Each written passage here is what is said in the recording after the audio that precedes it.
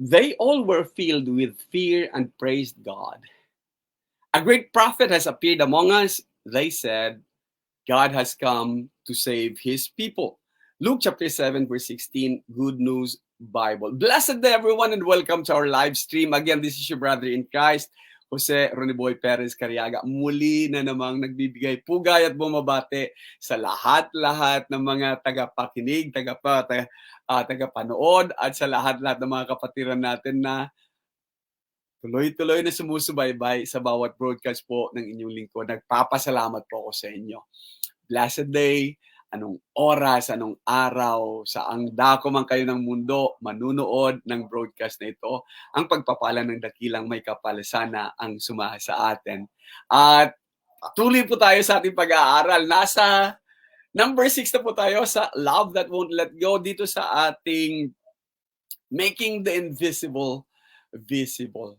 At ngayon po, magbabasa po muna tayo, punta po muna tayo sa ating scripture reading. From the Cebuano Bible, nagsasabing, ug nahitabo sa wala madugay nga miadto si Jesus sa usa ka lungsod nga ginganlan nain, ug ang iyang matinon-an yung uban kaniya, ug ang usa ka dakong panon sa katawhan. Apan sa nagakadul siya sa ganghaan sa lungsod, ani akaron may gidala didto sa gawas, usa ka minatay. Bugtong anak lalaki sa iyang inahan nga balo, ug daghang mga tao sa lungsod miuban sa babae. Ug sa pagkakita sa Ginoo kaniya, siya naluoy kaniya ug miingon kaniya, dili ka maghilak. Ug siya miduol ug mihikap sa andas, ug ang nanagyayong minghunong ug siya miingon, "Batanon, ako nagaingon kanimo, tumindog ka." Ug ang namatay mibangon ug misugod sa pagsulti ug gihatag siya ni Jesus sa iyang inahan.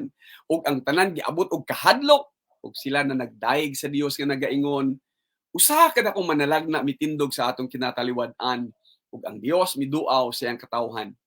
Ug kining balitaa mahitungod kaniya nasangyaw sa tibuok Judea ug sa tanang yuta nga nagalibot. Gikan kini sa Lucas 7:11 ngadto sa 17 Cebuano Biblia.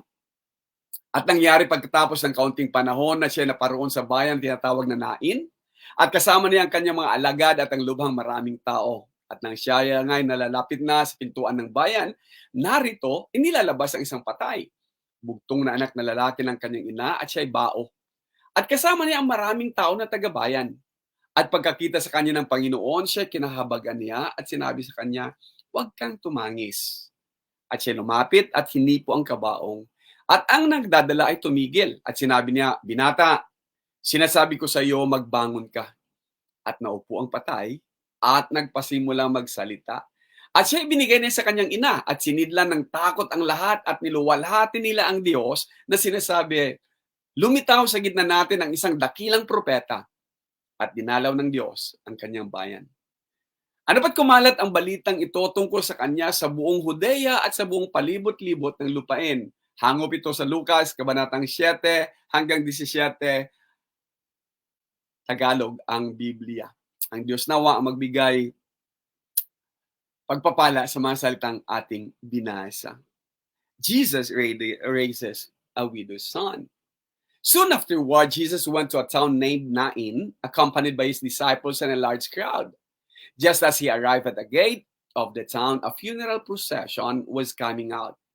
The dead man was the only son of a woman who was a widow, and a large crowd from the town was with her. When the Lord saw her, his heart was filled with pity for her, and he said to her, "Don't cry." Then he walked over and touched the coffin, and the men carrying it stopped. Jesus said, "Young man, get up, I tell you." The dead man sat up and began to talk, and Jesus gave him back to his mother. They all were filled with fear and praised God. "A great prophet has appeared among us," they said. "God has come to save his people." This news about Jesus went out through all the country and the surrounding territory. Luke chapter 7, verses 11 to 17, Good News Bible. May the Lord God bless the reading. A love that won't let go. At nasa part 6 na po tayo, nagpapasalamat po tayo sa dakilang Diyos sa pagmamahal na talagang ayaw tayong pakawalan. Dito makikita natin sa pag-ibig nito, the Lord's compassion, the Lord's heart. And in all of this, ang sabi nga natin, let us focus on Jesus. Let us focus on other things, yung mga tinawag natin na mga malilit na mga bagay-bagay. Nangyayari kasi sa karamihan, ang hinahanap ay doctrinal matters, malilit na mga bagay-bagay na dapat hindi ko gagawin yon. Tapos maghahanap na naman malilit na bagay, dapat pala ginagawa ko yon. Instead of focusing upon Jesus. Ang ginagawa naman natin dito sa ating making the invisible visible is we wanted to make Jesus to be visible in the lives of many today. O makikita natin yung relevance ng Panginoong Jesus na sana makita pa rin natin sa buhay ng bawat isa. Isa sa mga halimbawa natin na nauna na ay the healing of a man born blind. At dito nakita natin from being social outcasts, yung unang-una, talagang isa siyang nasa laylayan lang ng lipunan dahil nga mamamalimos, dahil nga isang pulube, dahil nga walang pakinabang kung tutuusin, kaya social outcast. At napunta siya naman, noong pinagaling siya, ipinagtabuyan naman siya sa kanilang sinagoga, sa pananampalataya. So naging religious outcast. At makikita natin doon yung sama ng loob siguro, frustration na nakita natin, na tinalakay natin nung nakaraan. Nakita din natin yung papaano yung excommunicated o disfellowship. Hindi tanggap ng lipunan, hindi tanggap ng mga religious people, hindi tanggap ng mga tao sa paligid. Bagamat gustong-gusto ng kanyang mga magulang na akapin, na talagang tanggapin siya, na talagang ipagsigawan sa lahat-lahat ng mga kapitbahay sana na ito yung anak namin, na alam ninyong lahat-lahat na ipinanganak namin na bulag. Subalit ngayon ay magaling na.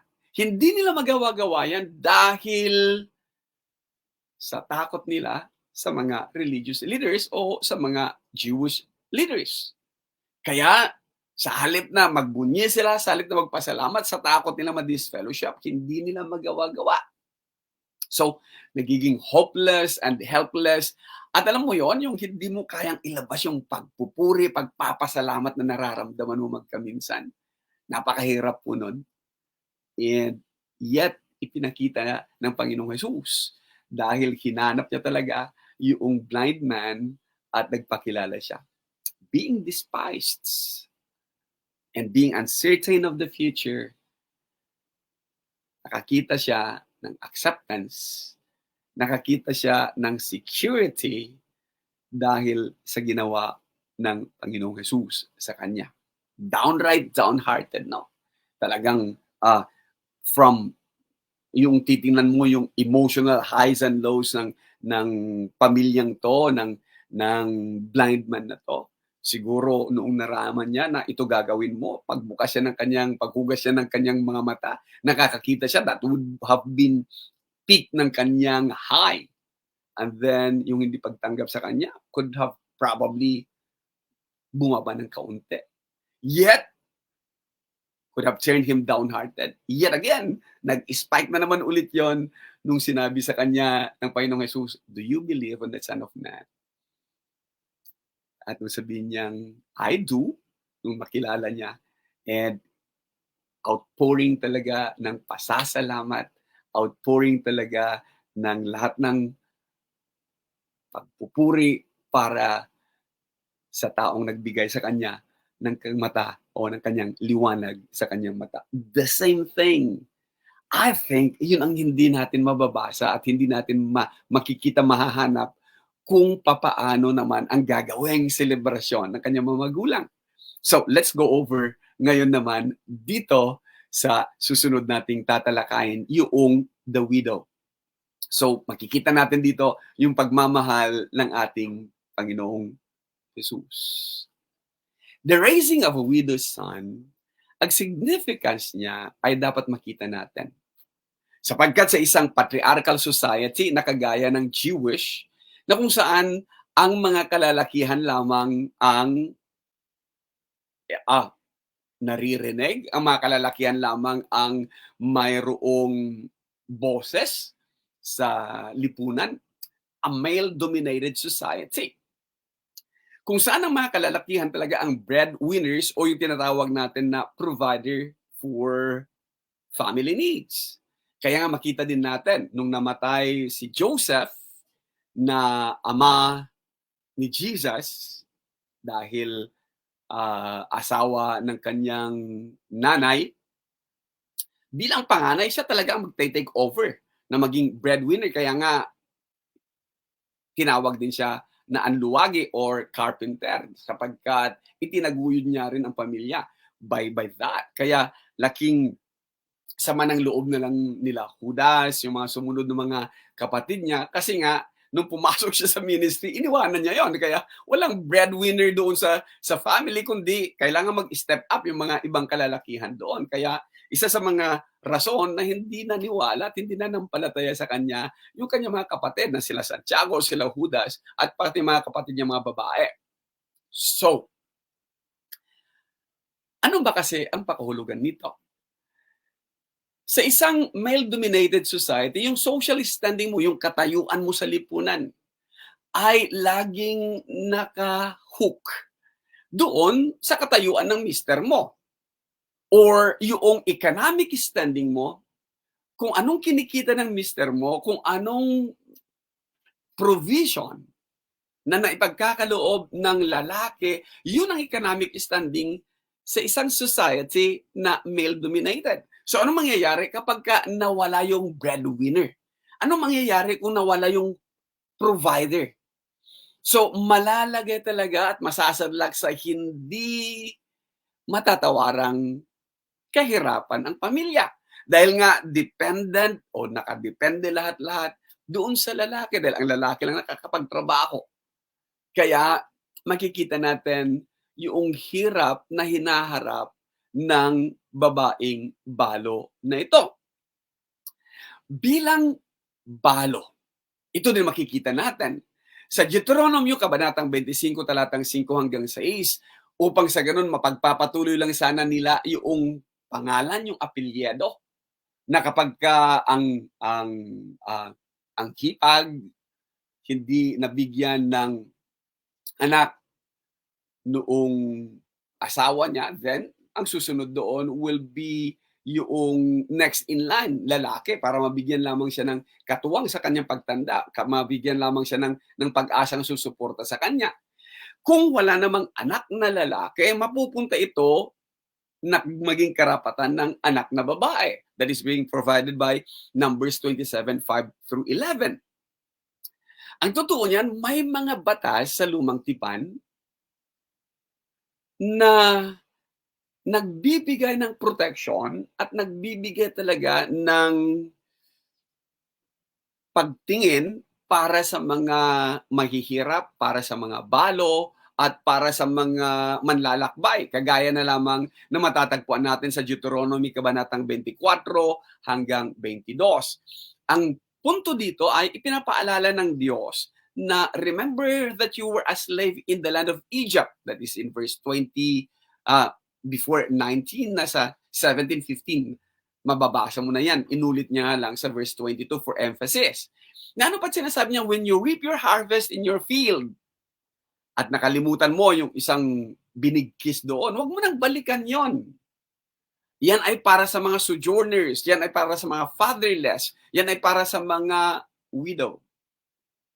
Yan ay para sa mga mahihirap upang makilaman mo, your God may bless you in all the work of your hands. At sasabihin niya sa verse 20, kapag ka naggagapas ka din, huwag mong gapasin lahat-lahat. Iwanan mo yung mga parting nasa dulo, nasa corners, upang sa ganon, yung mga sojourners, fatherless, at saka widow, may magagapas din sila. Huwag mo silang pagbawalan na sa Binisaya ba, manghangtod, or yung sa Ilocano, adya agtudtod nga, adya ngay agpidot da kadagiti nabate, na hindi mo na kailangang ibigayan doon sa may-ari ng lupa. Hindi mo na kailangang ibigayan na hahatiin pa ng may-ari ng lupa. So, the same na provision ay ibinigay na talaga ng batas. Upang sa ganun, maalala lamang nila gaano kahirap ang maging alipin, gaano kahirap ang magiging walang-wala. And sabi nga niya, I command you to do this. So, bagamat provided, ng batas, alam pa rin natin na napakahirap para sa isang balo ang mawalan ng inaasahang tutulong sa kanya sa kanyang katandaan. So, tuloy tayo at punta natin yung bersikulo. Pagkatapos ng healing of the centurion, I think, ayon kay Lucas, ito yung progression niya. Di ba? Chronological naman ang pagsusulat ni Lucas. So, after the healing of the centurion, ito ang sumunod. Soon afterward, Jesus went to a town named Nain. Sa Galilee ito, malapit pa rin ito sa Capernaum, accompanied by his disciples and a large crowd. Bakit ko hinighlight ang kasamahan niya? Upang sa ganon, makita naman natin na hindi ito gawa-gawa lang. Ang punto din ni Dr. Lucas ay upang bigyan din yung kredibilidad, yung claim niya na may bumuhay nga sa patay. Just as he arrived at the gate of the town, a funeral procession was coming out. Sila padating, yun namang maglilibing papalabas doon sa town gate. Usually, ang kanilang mga sementeryo, hindi talaga sa loob ng town kasi fortified ang mga towns nila, protection sa mga invaders, protection sa mga papasok masasama. Kaya may town gate, may daanan talaga. So, ang kanilang mga sementeryo ay medyo distant a little bit doon sa town proper. So, the dead man, hinighlight ka agad-agad ni Dr. Lucas, yung emphasis niya, na yung the dead man was the only son of a woman na balo. So, nakapaloob ka agad-agad doon yung kalagayan ng isang widow. By this, makikita natin kaagad-agad na ang hina-highlight ni Dr. Lucas is yung pinagdadaanan ng babaeng balong ito.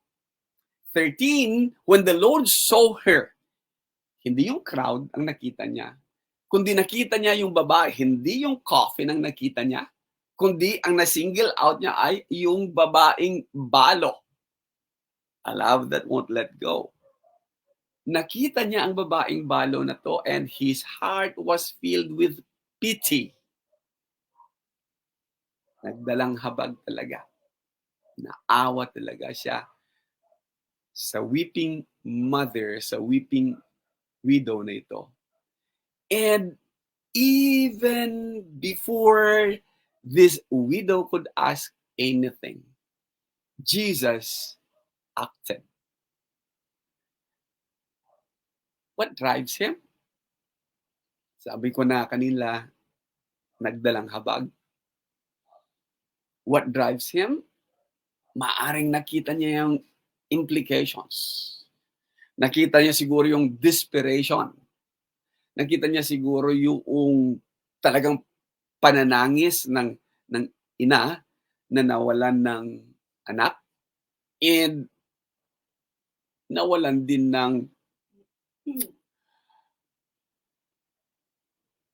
pag-asa dahil nga inaasahan niya bilang balo, wala nang magtataguyod sa kanya sa katandaan, wala na ring maghahanap buhay para sa kanya, wala na ring tutulong para sa kanya, wala nang magbibigay suporta para sa kanya kasi nag-iisang anak ito na iniwan ng kanyang asawa. So, see the heart of this Savior. His compassion was overflowing. He was filled with pity. Kaya, gumawa siya ng isang step, ng isang hakbangin na hindi ordinaryong ginagawa. Nobody stops a funeral procession. Kahit saan mo titingnan talaga. Unless mayroon kang talagang matinding rason. At ang nakakatuwa sa Panginoong Hesus ay lumapit siya sa mga pallbearer, lumapit siya doon sa mga may hawak, either hawak nila sa kamay na ang kabaong or usually pasan-pasan yan eh. Kaya isipin na lang natin pasan-pasan yan, lumapit siya doon tapos hinawakan niya yung kabaong. Kaya walang magagawa din yung iba na, "Teka muna, anong ginagawa mo?"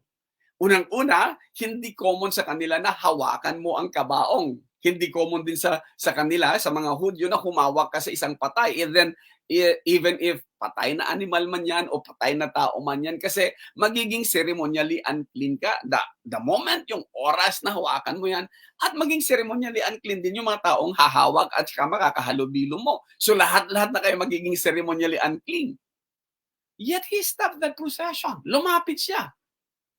At dahil natigil, hindi ko alam, dahil hindi naman kumpleto, kung ibinababa ng mga pallbearer, binababa ng mga nagdadala ng kabaong, ibinababa nila, and I would like to think na ibinaba nila, inilapag nila yung kabaong.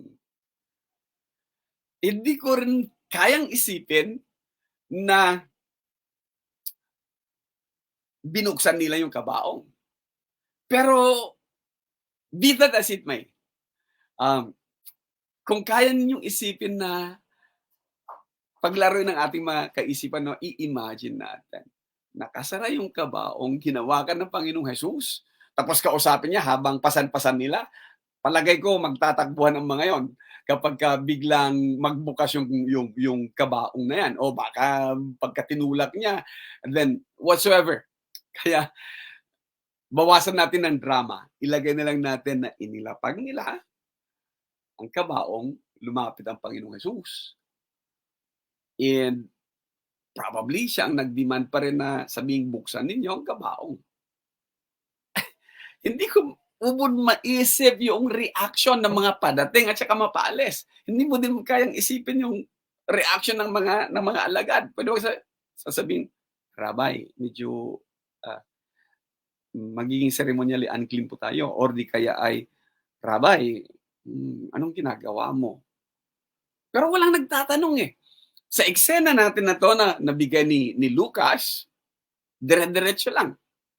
Nung natigil, lumapit siya.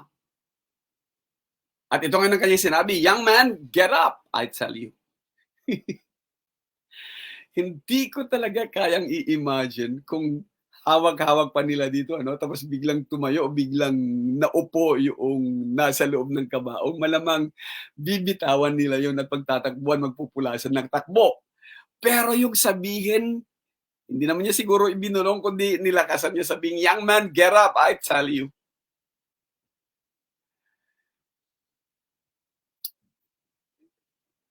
Naglalaro yung imagination ko. Napalagay ko, lahat-lahat ng attention nung dalawang crowd, yung padating tsaka yung paalis, yung kasamahan niya tsaka yung kasamahan ng makikipaglibing. Hindi ko sukat kayang i-explain kung anong mga reactions nila. Yun ang implication na gusto ko makita din natin ay naiintindihan niya. 'Di ba? Singled out niya kaagad-agad yung nanay, yung widow. Singled out niya kaagad-agad yung kanyang pity, yung kanyang awa, yung kanyang habag. Nakikita niya yung nanay. At alam niya din ang pinagdadaanan ng nanay na 'to. Alam niya na ang iniisip ng nanay, papaano na ako ngayon? Alam niya na iniisip ng nanay na masakit na nga yung mawalan ng anak, pero mas higit na masakit yung hindi mo alam yung hinaharap kasi walang magpro-provide sa'yo sa future. Paano pagka tumanda ka na? Sa lumang tipan, ang mga anak talagang inaasahan na magtataguyod sa kanilang mga magulang. Hindi nila obligasyon yan, pero sukling pagmamahal. At marami sa ating mga kabataan ngayon, ano, lalo na mga Gen Z at saka ang mga millennials, sasabihin talaga nila, hindi namin obligasyon na bigyan kayo or suportahan kayo when you grow old. Kung ano man at sino man ang nagsisiksik sa mga utak ninyo na you are being required, hindi naman nire-require. But, kagaya ng Panginoong Hesus, walang nag-require sa kanya na tulungan mo itong balong ito. Wala. Yet if you could see the heart of a Savior and the heart of Jesus, andun yung compassion, andun yung pity. And if you could see also, and if you have yung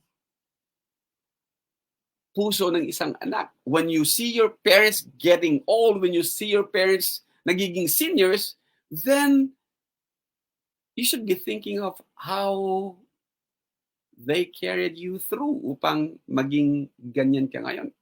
Yet again, hindi siya required.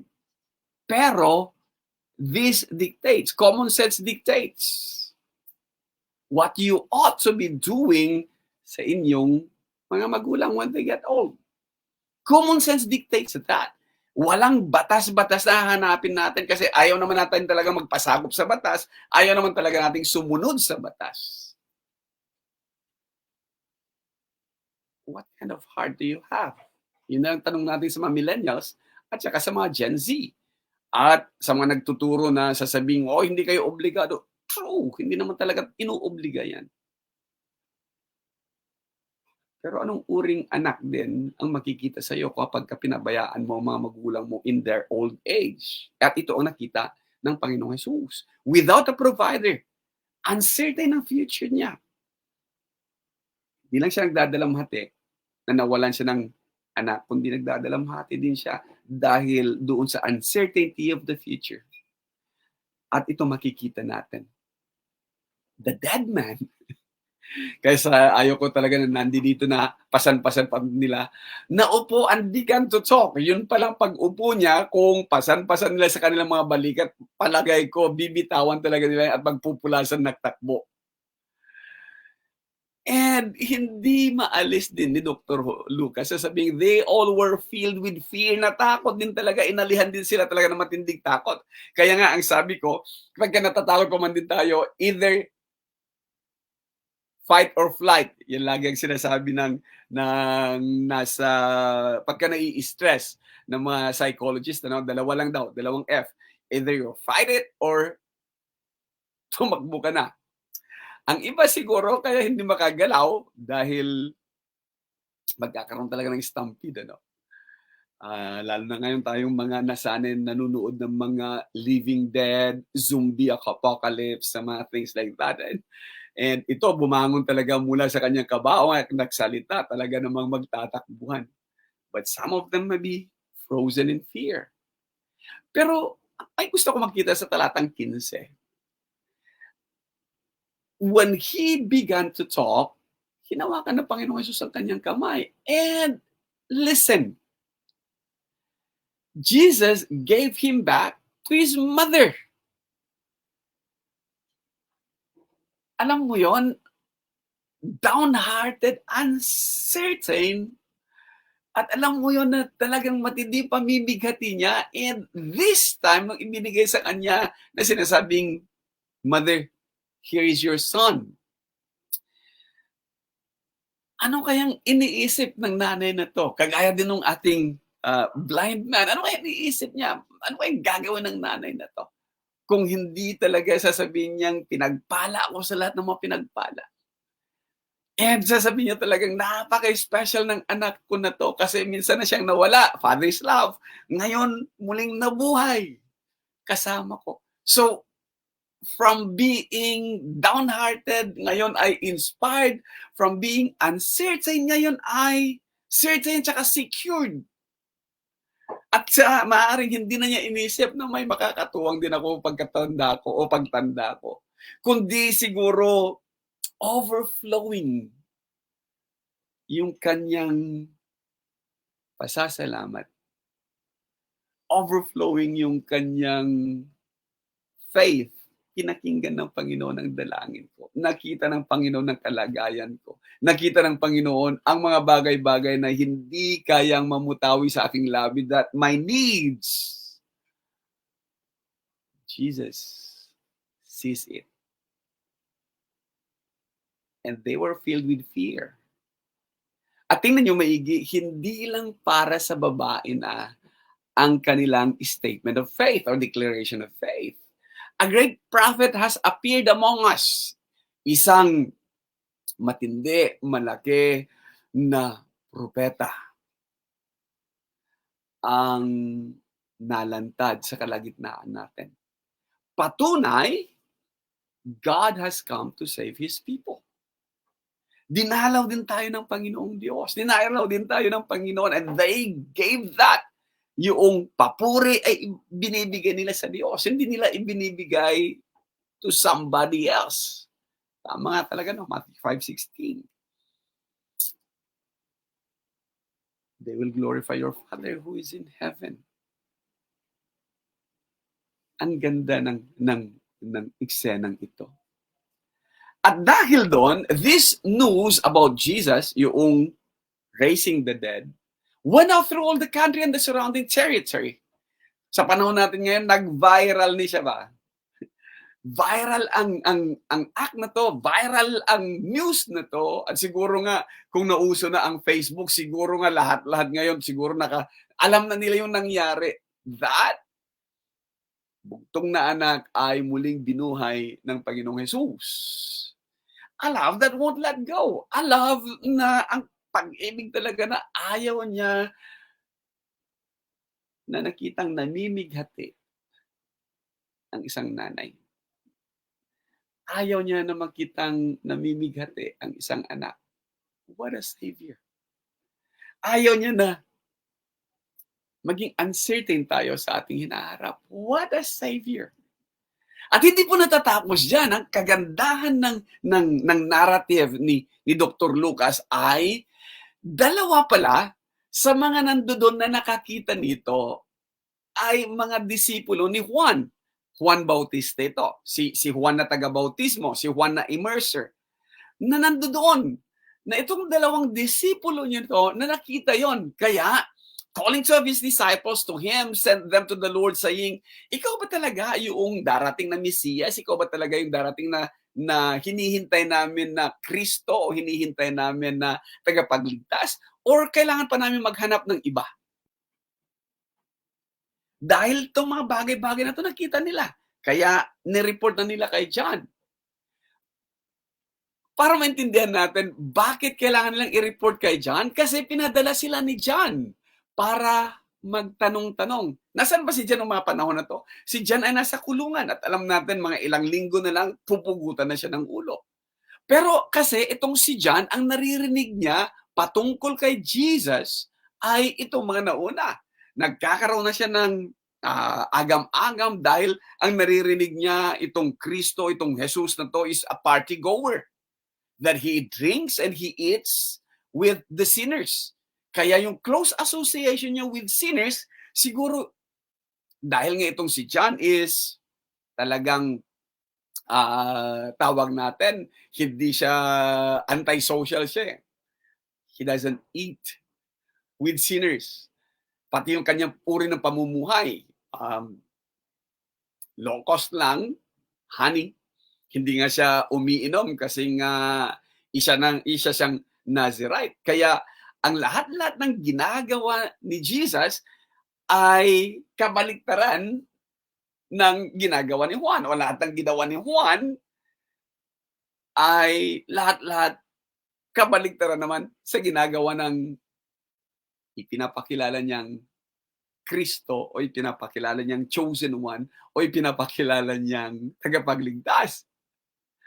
So, nagdadalawang isip tuloy itong si Juan. Pero alam niyo ba paano sinagot ng Panginoong Hesus nung sabihin, ikaw ba talaga ang Kristo o maghahanap kami ng iba pa? And Jesus answered at sinasabi, nakita din naman nila yung nangyari. Go and tell John, itong kanyang sasabihin, what you have seen and heard. Ano nakita nyo? Anong narinig yung pinangaral ko? Ang nakita ninyo, sapat na yun. Ang narinig nyo, sapat na rin yun. Kagaya din ng Apostol Pablo, whatever you have seen and heard from me, whatever is, tapos babanggitin ni Apostol Pablo ang mga bagay-bagay na dapat nakikita natin. But this is no different, or this is the best na makikita natin. Kung iisa-isahin natin, ganito ang sinabi ng Panginoong Jesus. The blind receive their sight. Kita nyo yan? The lame walk. The lepers are cleansed. The deaf hear. The dead are raised up. And the poor, yung mga nasa laylayan, yung mga mahihirap, have good news Preach to them. Kasi magkaminsan, ang mga parokyano lang ng mga religious people ay namimili. Gusto-gusto lang nila, associated sila sa mga mayayaman. Parang golden rule. He who has the gold has the rule, na nangyayari pa rin sa panahon natin ngayon. Ano? Sino ba naman magtityaga sa mga walang mai-contribute, walang maibigay na tithes? Kaya ang gustong-gusto na nabigyan ng good news, na maturuan ay yung mga nasa taas. Kasi naghihintay din sila ng mga tithes o ng mga ibibigay sa kanila para may pakinabang din naman sa mga taong ito. But Jesus was not. And Jesus said straightforward, what you have seen, what you have heard. The poor have good news, preach to them. Ang iba naman, natatakot na pumunta sa mayayaman kasi nasanay sila dito lang sa mga mahihirap. Law of magnetism lang yan. Yung mga kalibel mo. So, ang bawat isa ng mga, hanap kayo ng church leaders. Hanap kayo ng mga nagsasabing isa sila sa mga kinikilalang leaders ng Kristyanismo. Tingnan mo kung ilang billions or millions ang kanilang mga ari-arian. Kasi you will only be heard kapag meron ka, golden rule nga eh. Dami mga tele-evangelist na gano'n. And every pastor din yata o preacher gusto yung maging big time. And here is the thing na sinabi ng Panginoong Jesus. Blessed is the one who is not offended by me. Mapalad ang tao na hindi na-offend dahil sa ginagawa ko. What a Savior. What has He done? Being with the sinners. Being with them. Hindi siya exclusivists. What Jesus has done, hindi tungkol sa doktrina ang kanyang sinabi.